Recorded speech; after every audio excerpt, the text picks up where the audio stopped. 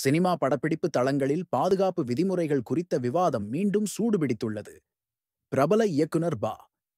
ரஞ்சித் மற்றும் சிலருக்கு எதிராக வழக்கு பதிவு செய்யப்பட்டுள்ளது. சண்டை கலைஞர் மோகன் ராஜ், ராஜு என அன்புடன் அழைக்கப்பட்டவரின் மரணம் தொடர்பாக இந்த நடவடிக்கை எடுக்கப்பட்டுள்ளது. இந்த வழக்கு படப்பிடிப்பு தளங்களில் உள்ள பாதுகாப்பு குறைபாடுகள் மற்றும் சட்டப்பூர்வ பொறுப்புகள் குறித்து தீவிர கேள்விகளை எழுப்பியுள்ளது. இது திரையுலக வட்டாரத்தில் பெரும் அதிர்வலைகளை ஏற்படுத்தியுள்ளது. கடந்த ஜூலை 13 அன்று வெட்டுவம் திரைப்படத்தின் படப்பிடிப்பின் போது இந்த துயரச் சம்பவம் நிகழ்ந்தது. கார் சண்டை காட்சியில் ஈடுபட்டிருந்த ராஜு எதிர்பாராத விபத்தில் உயிரிழந்தார். நடிகர் விஷால் நடிக்கும் படப்பிடிப்பில் இது நடந்தது. விபத்து நடந்த சில நாட்களுக்குப் பிறகு நடிகர் விஷால் ஒரு பேட்டியில் முக்கிய தகவலை பகிர்ந்து கொண்டார். ராஜுவுக்கு அந்த ஆபத்தான சண்டை காட்சியை செய்ய வேண்டாம் என்று அறிவுறுத்தப்பட்டதாகவும், ஆனால் அவர் அதை புறக்கணித்ததாகவும் விஷால் கூறினார். சண்டை கலைஞர் ராஜுவின் மரணம் குறித்து இயக்குனர் பா. ரஞ்சித் சமூக வலைத்தளத்தில் இரங்கல் தெரிவித்திருந்தார். தனது இரங்கல் குறிப்பில் ராஜுவை அன்பானவர் என்றும் திறமையானவர் என்றும் அவர் குறிப்பிட்டிருந்தார். விரிவான திட்டமிடல், எச்சரிக்கை, தெளிவான செயல்பாடு, பிரார்த்தனைகள் மற்றும் எங்கள் நல்வாழ்த்துக்களுடன் தொடங்கிய ஒரு நாள் எதிர்பாராத மரணத்தில் முடிந்தது. இது எங்களை அதிர்ச்சியிலும் மனவேதனையிலும் ஆழ்த்தியுள்ளது என்று ரஞ்சித் தனது குறிப்பில் குறிப்பிட்டிருந்தார். மேலும் மோகன் ராஜ் அண்ணா சண்டை குழுவினராலும் படக்குழுவினர் அனைவராலும் மதிக்கப்பட்டவர்.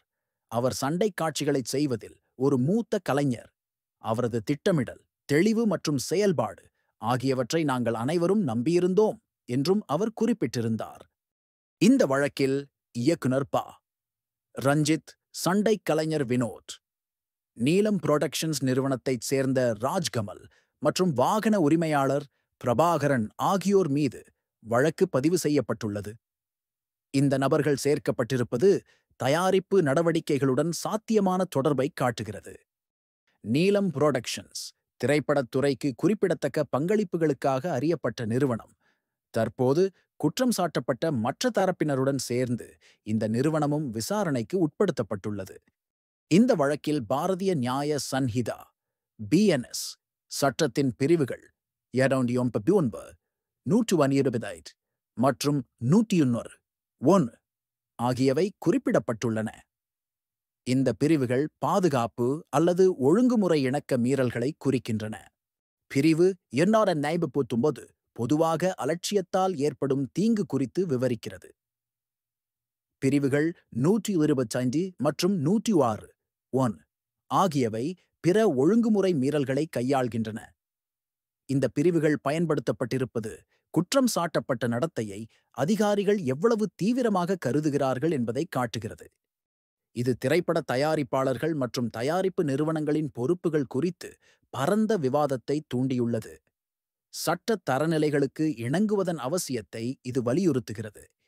இந்த வழக்கானது திரைப்பட தயாரிப்பு பணிகளின் ஒன்றோடொன்று இணைந்த தன்மையையும் சட்ட விதிமுறைகளுக்கு இணங்குவதை உறுதி செய்வதில் உள்ள கூட்டுப் பொறுப்பையும் எடுத்துக்காட்டுகிறது. பா. ரஞ்சித் போன்ற முக்கிய நபர்களின் ஈடுபாடு திரைப்பட தயாரிப்புகள் மீதான தீவிர ஆய்வை எடுத்துக்காட்டுகிறது. அனைத்து தொடர்புடைய விதிமுறைகளுக்கும் இணங்குவதை உறுதி செய்யுமாறு தயாரிப்பு குழுக்களை இது வலியுறுத்துகிறது.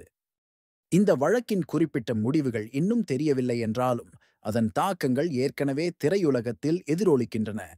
இந்த சூழ்நிலை திரைப்பட தயாரிப்பின் அனைத்து அம்சங்களிலும் கடுமையான பாதுகாப்பு நெறிமுறைகள் மற்றும் சட்ட இணக்கத்தை பராமரிப்பதன் முக்கியத்துவத்தை நினைவூட்டுகிறது. சினிமா படப்பிடிப்பு தளங்களில் தொழிலாளர்களின் பாதுகாப்பு என்பது ஒரு அடிப்படை உரிமை. அதை உறுதி செய்வது தயாரிப்பு நிறுவனங்களின் தலையாய கடமையாகும். இந்த விவகாரம் எதிர்கால திரைப்பட தயாரிப்புகளில் பாதுகாப்பு நடைமுறைகளை மேம்படுத்துவதற்கான ஒரு பாடமாக அமைய வேண்டும். இந்த வழக்கில் சம்பந்தப்பட்ட தரப்பினரின் சட்ட பிரதிநிதிகளிடமிருந்து இதுவரை எந்த கருத்தும் வெளியாகவில்லை. இந்த வழக்கு குறித்த மேலதிக தகவல்கள் விரைவில் வெளியாகும் என எதிர்பார்க்கப்படுகிறது.